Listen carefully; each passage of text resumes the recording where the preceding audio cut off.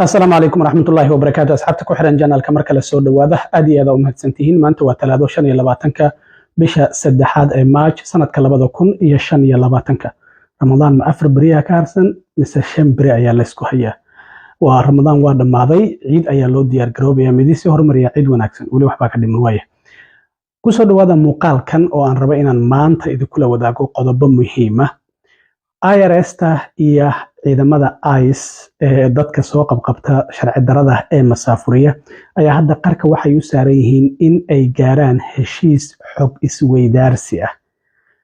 ICE ayaa waxay doonaysaa in IRS-ta ay ka hesho magacyada iyo adreesyada dadka sharci darrada wadanka ku jooga. Arrintaasi waan idinla wadaagayaa halka ay marayso. Dad fara badan ayaa soo weydiinayay lacagtii tax return-ka oo aan xareynay waa ay soo dahday.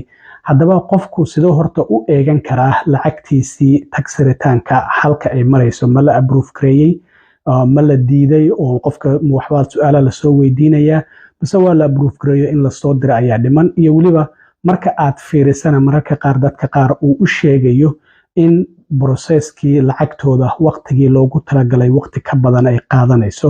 arrimahaasi ayaan rabaa sidoo kale inaan idin la wadaago. maalmahan waxaad maqli jirteen qof ayaa la soo qarxiyay shalay dowladda Mareykanka ayaa la soo qarxiyay duqeyntii ay ku qaadeen xuutiyiinta 15kii bishan ayaa madaxda ugu sareysa group chat ay ku wada jireen ayaa wariye lagu soo diray. wariyaha xitaa waxa uu maleynayay in branki lagu sameynayo. arrintaas shalay markii ay soo shaac baxday aqalka Congress-ka labada xisbi ee Republican-ka iyo Dimuqraadiga waa ay ka caroodeen waxay yiraahdeen ammaankii qaranka Mareykanka ayaa qatar galay. xubno ka tirsan xubnihii groupkaasi ku jiray ee madaxdii sare ayaa Congress-ku u yeeray gaar ahaan sanadka oo su'aalo la weydiiyay. haddaba su'aalihii maxay uga jawaabeen sidoo kale waan idin la wadaagaya. balse marka hore Trump waxaan ognahay in uu wali wado qabqabashada dadka sharci darrada ah. maalmahan sidii warbaahinta ay ula wadaagi jireen waa ay joojiyeen. markii hore ay bilaabayeen bishii u horeysay amaba January dhamaadkeedii ilaa February bartamaheedii carcar ayay qabeen oo warbaahinta ay la wadaageen intaas ayaan soo qabanay intaas ayaan xirnay ay dhahayeen. laakiin hadda arrintii waxay ka dhigeen under the table hoos ayaa loo dhigay laakiin qabqabashada iyo masaafurinta waa wadaan. hadda waxaan arkayay 6 maalmood ayay Boston waxay ka soo qabteen 370 qof. marka hadda waxa ay ciidamada ay sheegeen bishii February ee dhamaatay 11,000 oo qof in la masaafuriyo. marka hawshu waa ay wadaan laakiin sidii warbaahinta ay ula wadaagi jireen hadda ulama wadaagaan. Trump ayaa waxa uu yiri naga daaya bahasha hoos loo dhigo dadkana la soo qabto diyaaradaha la saar hala masaafuriyo. marka ciidamada ICE iyo hay'adda IRS ee canshuurta waa Internal Review Services-ka waaye ayaa waxa ay qarka u saaran yihiin in heshiis gaaraan muddo toddobaadyo markii wada hadal uu socday. heshiiskan haddaba muxuu yahay? halkan dhuunta haddii lagu fariisto ama wax la qeyrtaa waa maya IRS waa meeshii qof kastaba tax return-kiisa marka uu sanadku dhamaado uu ku xareynayay. marka xogta qof kasta waa ay hayaan ama social security magaciisa addresskiisa waa ay hayaan. marka waxa ay ICE doonayaan in dadka ay ka shakiyaan in ay u diraan IRS oo yiraahdaan bal dadka naga hubiya sharci darro miya wadanka ku joogaan inaan soo qabano masaafurina ayaan rabnaa.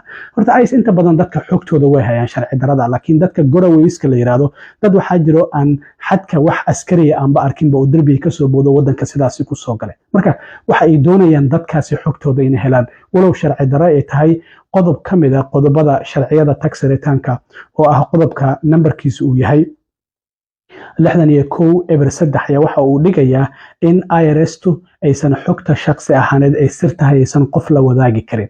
laakiin maamulkan Trump waxaasi ma qoro. hadda waxaa ku dhawaad 40 dacwadood oo kala duwan ayaa ku furan walow Trump xitaa wasaaradda cadaaladda uu amar ku siiyay in shirkadaha dacweynaya wasaaradda cadaaladdu ay tilaabo ka qaato iyo qareenada dacweynaya oo dowladda oo dacwadda ay ku socoto. marka waxa ay IRS-tu amaba ICE ay ka doonayaan magacadaas markii IRS ay u diraan in IRS-tu xogta ay ka rabaan ay ICE ka heli karaan. marka arrintaas waa arrin sharci darro ah laakiin hadda waxa la leeyahay heshiis ay qarka u saaran yihiin in ay gaaraan. marka muddo toddobaadyo wada hadal u socdeen hadda heshiiskaasi ay doonayaan inay gaaraan si dadka sharci darrada xogtooda ay u helaan markaas kadibna ay u soo qabtaan oo ay masaafuriyaan. laakiin laba xubnood oo kaliya oo dowladda ku jirta ayaa magacyadan oo waxay u diri karaan IRS waa wasiirka amniga gudaha Christine Noem iyo madaxa ciidamada ICE ninka la yiraahdo Todd Lyons ayaa xogta waxa ay u dirayaan IRS-ta iyaga ayaana markaasi lala wadaagaya ma ahan qof kasta inuu u diri karo. marka arrintaasi waa arrin halisteeda wadata oo halkaasi dhuunta ayaa la doonaya in la isku fariisto. Marka arrintaasi hadda gabagaba ayay maraysaa inay heshiiskaasi gaaraan IRS-ta iyo ICE ayaa la leeyahay. sidoo kalena dad badan oo tax returnki xareeyay wixii February bartamaheedii ka dambeeyay. waxaan ognahay IRS-tu xilliga tax xareynta inay bilaabatay dhamaadkii bishii January. marka dadkii xareeyay January inta aysan dhamaan iyo waliba 15 maalmood ay u horeeyay February waxa laga yaabaa inay lacagtooda heleen. laakiin markii Trump shaqaalaha IRS-ta shaqada uu ka ceeriyay oo shaqaalihii federaalka ee la fire gareynay ay galeen waxa hoos u dhac ku yimid dadku markay tax returnka xareeyaan lacagtoodii si degdeg ah inay ku helaan. arrintaasna waxa sabab u ah shaqaalahaasi la fire gareey. marka haddii tax returnkaadi aad xareysay oo aad weli heli leedahay dhibaatadaas ayaa jirto shaqaalihii process gareyn lahaa ayaana jirin. marka qofku xaguu ka eegan karaa tax returnkiisa markuu xareeyo. IRS-ta markaad Google-ka ku qorto waxa ku soo baxaysa where is my refund. where is my refund ayaa ku dhufanaysa oo ah aaway lacagtii ii soo laabanaysay. marka aad ku dhufato waxa ku soo baxaysa calaamadaasi bluega ah oo ah check your refund. bal jeegaray lacagtaadii refundka halka ay maraysa ama lacagtii lagu soo celin lahaa. markaas kadib waxa ku soo baxaya meelahan aad buuxinayso. social security numberkaada ayaad gelinaysaa. website-kan waa website-ka IRS-ta. dadku waxaan doonayaa qaabka lacagtoodii ay u jeegareyn karaan in la approve gareeyay, in la diiday iyo in la approve gareeyay oo loo soo dirayo. markaas kadib halka ay ka ogaan karaan. marka social security-kaada geliso waxa uu sidoo kale ku weydiinayaa sanadka aad jeegareynayso waa sanadkee. marka 2024 waa tax returnka hadda la taagan yahay ayaa rabaa. haddii aad 2022 iyo 23 aad jeegareynayso sidoo kale waa jeegareyn kartaa. marka aad geliso marka sanadka waxa uu ku weydiinayaa ma single tahay kaliya ayaa xareeyay, married miyaa tahay oo xaaskaada miyaad ku wada xareysateen, sidoo kalena married miyaa tahay separate miyaad u kala xareysateen, iyo sidoo kalena haddii aad head of household tahay qof isagu kaligiis caruurtiisa korsanaya haddii aad tahay ama aabba ama hooyo waad fiirinaysaa. haddii qof widow carmal ama gooba aad tahay ama sidoo kalena qof sida aad tahayna sidoo kalena waa iyadana sidoo kale waad fiirin kartaa. amaba surviving spouse wax la yiraahdo oo qof labadii lamaane qof mid kamid ah uu dhintay oo kaligii nool sadaxda tahay sidoo kalena waad fiirin kartaa. markaas kadib submit ayaa leedahay. submit markaad tiraahdo marka waxa uu ku tusayaa tax returnkaada in IRS-tu ay heleen. waxa lagu leeyahay return received, lacagtii aad xareysay wayna soo gaartay. markaas kadib haddii ay ku qoran tahay refund approved waa la approve gareeyay. haddii ay ku qoran tahay in lagu soo diray oo kaliya ayaa dhiman, laakiin received oo kaliya haddii ay taagan tahay waxa harsan in la approve gareeyo. haddii la approve gareeyo marka refund sent ayaa sidoo kale ayadana sidoo kale haddii lagu soo diray refund sent ayaa ku qoran oo lacagtaadii waa lagu soo diray waayo. macnaha arrintaasi qaabkaasi ayaad u eegan kartaa haddii aad doonayso tax returnkaada halka ay marayso inaad ogaato. laakiin dad fara badan 21 maalmood gudahooda ayaa IRS-tu ay sheegaan in qofka marka uu lacagta xareeyay lacagtiisa ugu soo celinayaan haddii lacag loo soo celinayo. haddii lacag lagu leeyahayna ilaa 15 Abriil laga gaaro waa inuu iska celiyo. marka 15 wixii ka dambeeyay interest ayaa ku koraya. marka dadka qaar ayaa waxa loo soo qorayaa waa idinka raali gareynaynaa lacagtiinii idin soo laaba lahayd waqtigii ay qaadan lahayd waqti ka badan ayay qaadanaysaa. sidaas darteed bal markastaba eeg ayaa ku qoran. waxa sidoo kale ku qoran waan ognahay lacagtiina inay muhiim idin tahay laakiin waxaan isku dadaa waan ka shaqeynaynaa sida ugu dhaqsiyaha badan ayaan idin soo direynaa. dadka qaar qoraalkaasi ayaa u soo qormaya marka ay fiiriyaan. arrintaasina waxaa sabab u ah shaqaale yaraanta ayaa sabab u ah. marka sidaas ayaa jirto. marka ogaada haddii lacagtaadii weli ay ka maqan tahay in arrintaasi ay jirto. marka qaabkaasi ayaad u eegan kartaa si aad u ogaato lacagtaada in la approve gareeyay, inay IRS-ta gaartay iyo in lagu soo dirayba. halkaas ayaad ka ogaan kartaa. ugu dambeyntii dowladda Mareykanka ayaa shalay la soo qarxiyay. qof ayaa la soo qarxiyay aad maqli jirteen Soomaaliya Telegram iyo meelahaas.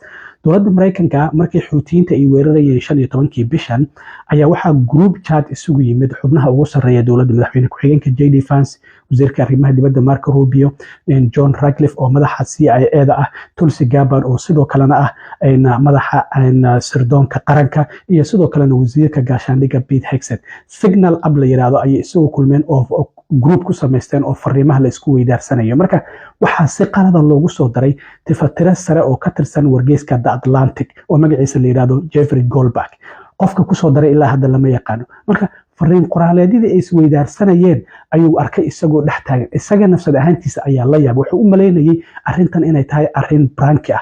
laakiin waxa uu yiri waxaan ogaaday inaysan branki ahayn markii duqeyntii ugu horeysay xuutiyiinta lagu qaaday markii saacadu ay ahayd 11:44 daqiiqo waqtiga subaxnimo ee Yemen dhinaca Mareykankana ay labadii habeenimo camal ah. marka arrintaas waxa uu yiri waa arrin aan la yaabay. wuxuu yiri markii hore branki ayuu marin laakiin ilaa duqeynta ay ka dhacdo ma aanan rumaysan. markii dambe wuxuu yiri aniga ayaa isku xishooday oo groupkii isaga baxay marka screenshotyo ayuu ka qaaday arrintaasi ayuu soo bandhigay shalay Trump waa la weydiiyey waxa uu yiri weerarkaasi guul ayuu ku dhamaaday ma u malaynaya in marka hadii qof ogaaday xitaa ay macna sameeynayso wasiirka gaashaandhigu waa uu beeniyay aqalka cad arrintan waa uu difaacay laakiin xubnaha Congress-ka ee labada aqal Republican-ka waxay yiraahdeen ammaankii qaranka ayaa lagu xadgudbay maanta marka waxaa loo yeeray Tulsi Gabbard oo madaxa sirdoonka qaranka ah FBI-da ninka madaxda ku ah Kash Patel iyo sidoo kalena John Ratcliffe oo isaguna madaxa CIA-da su'aalo ayaa la weydiiyay Mark Warner oo ka tirsan sanadka ayaa waxa uu yiri arrintan waxa uu yiri arrin waxay tahay hadii informationkan uu bixi lahaa nolol dad Mareykan ayaa lagu wayn lahaa maxaa yeelay xuutiyiintu waxa ay dib u qaabeyn lahayn gantaaladooda difaaca sida darteed arrintan waa iska difaaci lahayn Tulsi Gabbard ayaa la weydiiyay arrintan indhaha ayay marig ka siiso waxay tiri arrintaasi anigu inay qarato waa ay diiday inay groupkaasi ku jirto laakiin John Ratcliffe madaxa CIA-da arrintaasi waa uu qirtay marka Trump waxa la leeyahay waa in arrintan dad ay isku casilaan ama Trump uu xilka uga qaada laakiin sida muuqata hadda in xilka qaadis qof lagu sameynayo ama inay is casilayo ma muuqato maxaa yeelay wasiirka gaashaandhiga madaxa la taliyaha dhinaca ammaanka qaranka ee Trump iyo sidoo kalena ninka la yiraahdo Mark Walters waxa la leeyahay waa inuu qof arrintan isku casila bal waxa yar ila daawada sanadku markii su'aalaha ay weydiinayeen Tulsi Gabbard iyo sidoo kale John Ratcliffe oo sirdoonka qaranka iyo CIA-da madaxda ka ah This was not only sloppy, it not only violated all procedures, but if this information had gotten out, American lives could have been lost. The Houthis had this information and could reposition their defensive systems. So I want to get a little more information about this. Director Gabbard, did you participate in the group chat with Secretary of Defense and other Trump senior officials discussing the Yemen war plans? Senator, I don't want to get into the specifics. Ma'am, were you on? You're not going to be willing to address. So you're not. Are you denying? Ma'am, will you answer my question, ma'am? You were not TG on this group chat. I'm not going to get into the specifics. So you refuse to acknowledge whether you were on this group chat.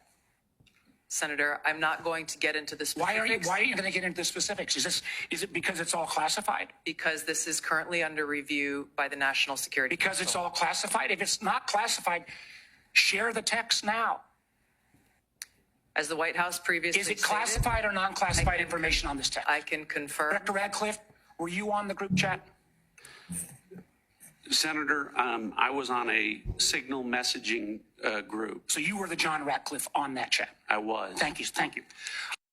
marka group chat-ka waxyaabaha isku weydaarsanaya madaxdan waxa ka mid ah markii weerarkaasi xuutiyiinta lagu qaaday la qorsheynayay hubka la isticmaalayo meesha la weerarayo waqtiga la weerarayo waxaasi oo idil waa sirtii qaranka Mareykanka weerar military oo Mareykanku uu fulin rabo in qof shacab ah oo aan haysan security clearance in uu ku dhex jiro arrintaas waxay noqotay xadgudub lagu xadgudbay ammaanka qaranka waxayna sanadku ay leeyihiin iyo waliba xubnaha Congress-ka waa in qof mas'uuliyadaasi uu qaadaa oo dad ama xilka laga qaadaa ama is casilaan laakiin maamulka Trump sida muuqata hada aqalka cad arrintan waa uu difaacay Trump wuxuu yiri arrintan waxba kama ogiba shalay marka waan arki doonaa hadii dad is casilaan ama Trump uu xilka qaado Trump isaga ayaa dhihi jiray maamulkii Biden hadii qof qalad uu sameeyo xilka ma qaado ma casilo in isaga ayaa dhihi jiray marka bal arrintan waa la arki doonaa Trump maamulkiisa hadii qof talaabo laga qaado aad iyo aad u mahadsantiin asxaabta intaan marka la kulmi doono waa saaxiibkiin cilmi waro idin la sida iyo nabadgelyo